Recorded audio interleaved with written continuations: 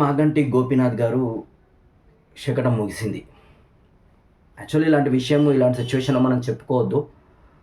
ఒక 4, 5 రోజుల నుంచి మాగంటి గోపీనాథ్ గారు సీరియస్‌గా ఉన్నారు అంటూ ఇవాళ మార్నింగ్ ఒక బ్యాడ్ న్యూస్ మాత్రం ప్రకటించడం జరిగింది. హాస్పిటల్ సిబ్బంది. సో, గుండెపోటుతో చనిపోయాడు.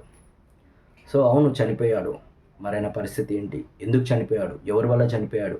అనేదంతా పక్కన పెడితే చనిపోయాడు, ఇంకెవరేం చేయలేరు. ఇప్పుడు ఎంత అవతలోళ్ళని ఎంత శిక్షించినా లేదు, ఆయన నిజంగా మానసికంగానే ఫీల్ అయ్యి చనిపోయాడా, లేదంటే ఆయన హెల్త్ ఇష్యూ ఉండి చనిపోయాడా అనేది పక్కన పెడితే చనిపోయిన వ్యక్తిని తీసుకురాలేం కాబట్టి ఎవరిని నిందించడం కూడా కరెక్ట్ కాదు.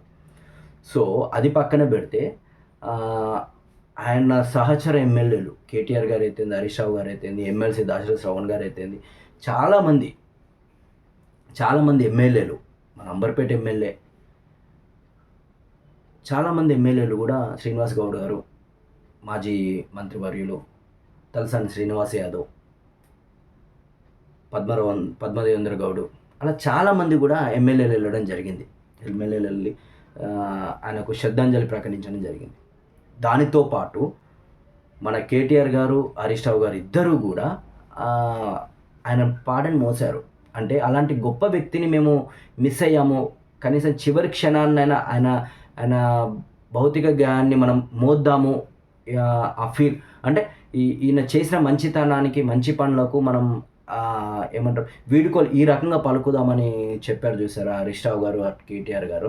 చాలా గొప్ప విషయం. సో, ఇప్పుడు వీళ్ళిద్దరి గురించి ఇంకా మంచి అని చెప్పుకునే దానికన్నా, ఇప్పుడు కేటీఆర్ గారు, హరీష్ రావు గొప్ప మనసు, గొప్ప విషయం అని చెప్పుకునే కన్నా, వీళ్ళ మనసును దోచుకున్న మాగంటి గోపీనాథ్ గారు ఇంకా చాలా గొప్ప వ్యక్తి. అంటే చనిపోయే తర్వాత ఎవరైనా సరే, మంచోళ్ళైనా చెడ్డోళ్ళైనా సరే, మంచిగానే మిగిలిపోయి ఉంటారు. అంటే మంచి వ్యక్తి అని అంటారు. కానీ మాగంటి గోపీనాథ్ గారు 3 సార్లు గెలిచి అక్కడ ఉన్న ప్రజలందరిది కూడా మనసుని గెలుచుకున్నాడు. సో, చాలామంది అంటారు కదా, పుట్టేటప్పుడు ఏం తీసుకొచ్చావు, చనిపోయాక ఏం తీసుకుపోతున్నావు అంటే, వాస్తవానికి చనిపోయాక మాగంటి గోపీనాథ్ గారు మొయ్యలేనిది, తీసుకెళ్ళలేనంత బరువు తీసుకెళ్ళడం జరిగింది.